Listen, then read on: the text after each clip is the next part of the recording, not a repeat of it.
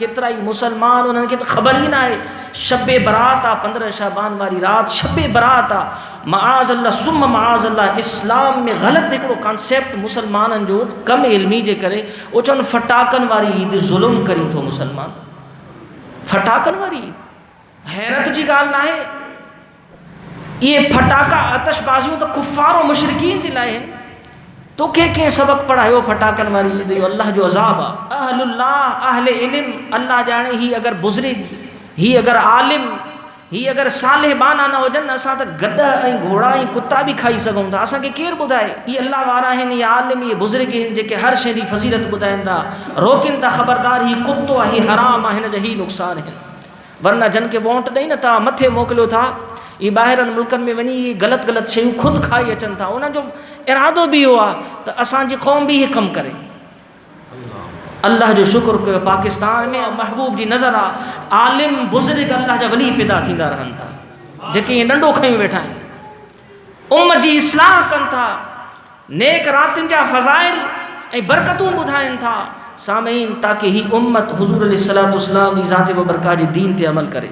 हीअ अल्लाह जो एहसान आहे। केतिरा ई मुल्क तबाह बर्बाद थी विया आहिनि। मुसलमान मुल्क केतिरा ई ॾिसो तबाह बर्बाद आहिनि उन्हनि में अज़ाब अची चुका आहिनि काफ़र उन्हनि जे मथां मुसल्लित थी चुका आहिनि। सबबु छा आहे दीन इस्लाम उन्हनि में न आहे। दीन इस्लाम जा तौर तरीक़ा न आहिनि बसि फ़क़ति ज़ुबान ते आहे त असां मुसलमान आहियूं बाक़ी उथण वेहण जा बचपन खां वठी कुराड़प ताईं जेके बि तौर तरीक़ा आहिनि उहे काफ़रनि वारा आहिनि। कंहिं बुज़ुर्ग चयो आहे हाँ वैसो तो तुम हाजी भी हो काजी भी हो सब कुछ हो मुझे बताओ कि मुसलमान भी हो। सदाईं तो ज़ुबान सां मुसलमान आहे फरमाइनि था मूंखे ॿुधा वाक़ई मुसलमान आहे त पोइ 3 सिपारा क़ुरान मजीद में तुंहिंजे इस्लाह जे लाइ आया आहिनि ताकि तूं हीअं ज़िंदगी गुज़ार। तोखे कहिड़े ग़लति राह ते कीअं धिके छॾियो आहे जो अल्लाह जे ॾसियल कानून खे छॾी बल्कि जेके कानून ते हलनि दस्तार सुहारी इस्लामी लिबास इस्लाम ते हलन गंदो ज़हन बणाए छॾियो आहे तुंहिंजो अंग्रेज़नि वेतर तूं पाण त न हली पर उन्हनि ते बि टोकूं करी उन्हनि खे मुल्ला जो लक़ब ॾेई खां ॿियो को नालो ई उन्हनि जो न वठी तूं उन्हनि खां बहितर आहे जेको हुज़ूर जे शरीयत दीन ते हलनि था तूं उन्हनि खां बहितर आहे। तहजुब न आहे तुंहिंजे ईमान जे मथां तूं उनजे नज़र में उहो मुल्ला आहिनि। होगा हशर को ये मालूम कि जीता कौन और हारा कौन। ये तो हशर जे ॾींहुं ख़बर पवंदी त खटियो कंहिं हारायो कंहिं। तोखे हुज़ूर जी ग़ुलामी में ज़िंदगी गुज़ारण वारा मुल्ला नज़र अचनि था। हैफ़ हुजे तुंहिंजे हाल ते तुंहिंजे लाइ इहो ई अज़ाब खोड़ आहे जो तुंहिंजी ज़ुबान दीन ते हलण वारनि खे मुल्ला सम्झी हक़ीर सम्झे थी। इहा ई तुंहिंजे लाइ बदनसीबी खोड़ आहे। इहे काइनात जा गोहर आहिनि। हदीस पाक में अचे तो अल्लाह जा एतिरा बि नेक बाना आहिनि हुज़ूर जे तरीक़े ते अमल करण वारा आसमान खां फ़रिश्ता अल्लाह जे हुज़ूर में इजाज़त वठी उन्हनि जी इजाज़त वठी उन्हनि जी ज़ियारत करण जे लाइ ईंदा आहिनि। ॿी हदीस पाक में अचे तो ज़मीन वारनि खे रिज़्क़ अल्लाह इन्हनि जे सदके अता फ़रमाईंदो आहे। रिज़्क़ अल्लाह इन्हनि जे सदके अता फ़रमाईंदो आहे। ज़मीन वारनि जे मथां जेके उन्हनि जे करतूतनि उन्हनि जे गुनाहनि ऐं उन्हनि जे ज़ुल्मनि जे करे जेके अज़ाब नाज़िल थिया आहिनि थींदा आहिनि अल्लाह रब्बुल आलमीन इन्हनि जे दुआउनि जे सदके अज़ाब दूर फ़रमाईंदो आहे। ज़मीन वारनि बदनसीबी तोखे मुल्ला नज़र अचनि था। ताजुब आहे मुसलमान तोखे अगरि इहा ख़बर न हुजे केतिरा ई असां निकाह पढ़ूं था ऐं मुसलमान सॼाइण वारा मुल्ला चवण वारा ताजुब आहे। निकाह में असां उन्हनि खे कलमो पढ़ाईंदा उन्हनि खे कलमो पढ़णु न ईंदो आहे। हैरत जहिड़ी ॻाल्हि कोन्हे। इस्लाम जो पहिरियों रुकुन कलमो आहे बाक़ी त परे जी ॻाल्हि आहे। उहो कलमो पढ़णु तोखे नथो अचे तोखे हुज़ूर जे दीन ते अमल करण वारा मुल्ला नज़र अचनि था। ताजुब आहे तुंहिंजी ज़िंदगी ते। हिकु त तूं ख़ुदि ग़लति आहे हिकु हुजे ग़लती उहा का वॾी ॻाल्हि कोन्हे का। ॿियो आहे ग़लती जे मथां पुख़्ता थी बीहणु इहा वॾी ॻाल्हि आहे। शैतानी अमल आहे। इहो शैतान सिफ़त इंसान आहे। शैतान कई ग़लती ऐं उन ग़लती जे मथां पुख़्ता थी बीही रहियो अल्लाह उन जी सॼी इबादत चट करे उनखे शैतान जो लक़ब ॾेई छॾियो। सामईन हज़रत आदम अलैहिस्सलातु वस्सलाम बि ग़लती कई पर उन जी कैफ़ियत जुदा हुई। उहो ग़लती जे मथां पुख़्ता थी न बीठो।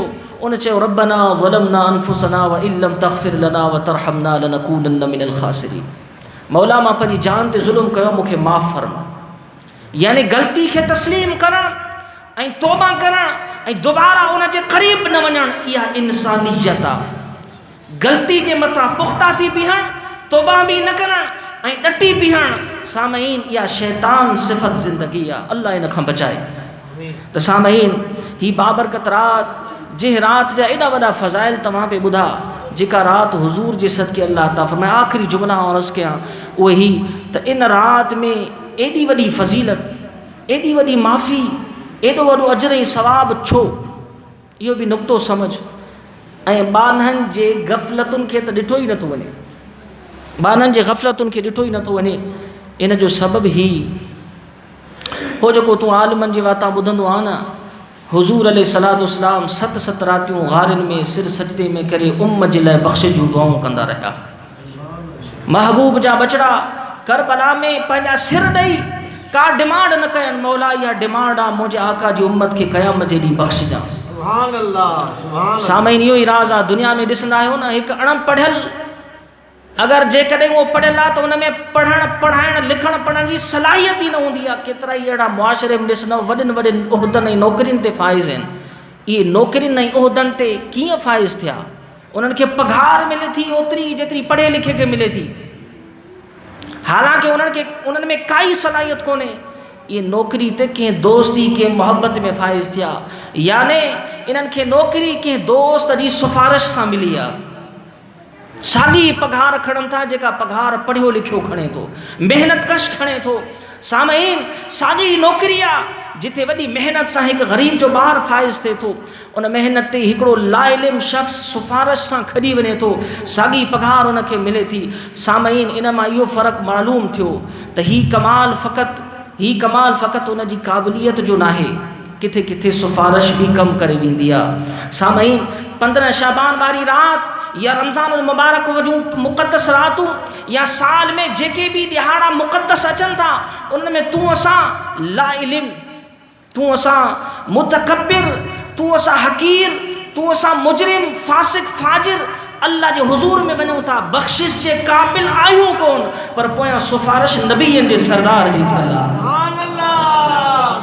तुंहिंजो असांजो सिफ़ारिशी कोई और कोन्हे। ऐं उम्मत तूं ख़ुशि नसीब आहे, तोखे शबे बरात में एतिरो सवाब अजर मिले थो, जो इन सवाब ऐं अजर जे लाइ अल्लाह जा नबी उम्मती थियण जे लाइ शिरकनि था। इहो वॾो एज़ाज़ फ़क़ति तुंहिंजी मुंहिंजी क़ाबिलियत कोन्हे, इहो एज़ाज़ फ़क़ति मदीने वारे साईं जे हिन खयल मुबारक हथनि जी सिफ़ारिश जो कमाल आहे। मज़ीद वीडियोज़ के लिए हमारा यूट्यूब चैनल सब्सक्राइब करें और बेल आइकन पर क्लिक करें।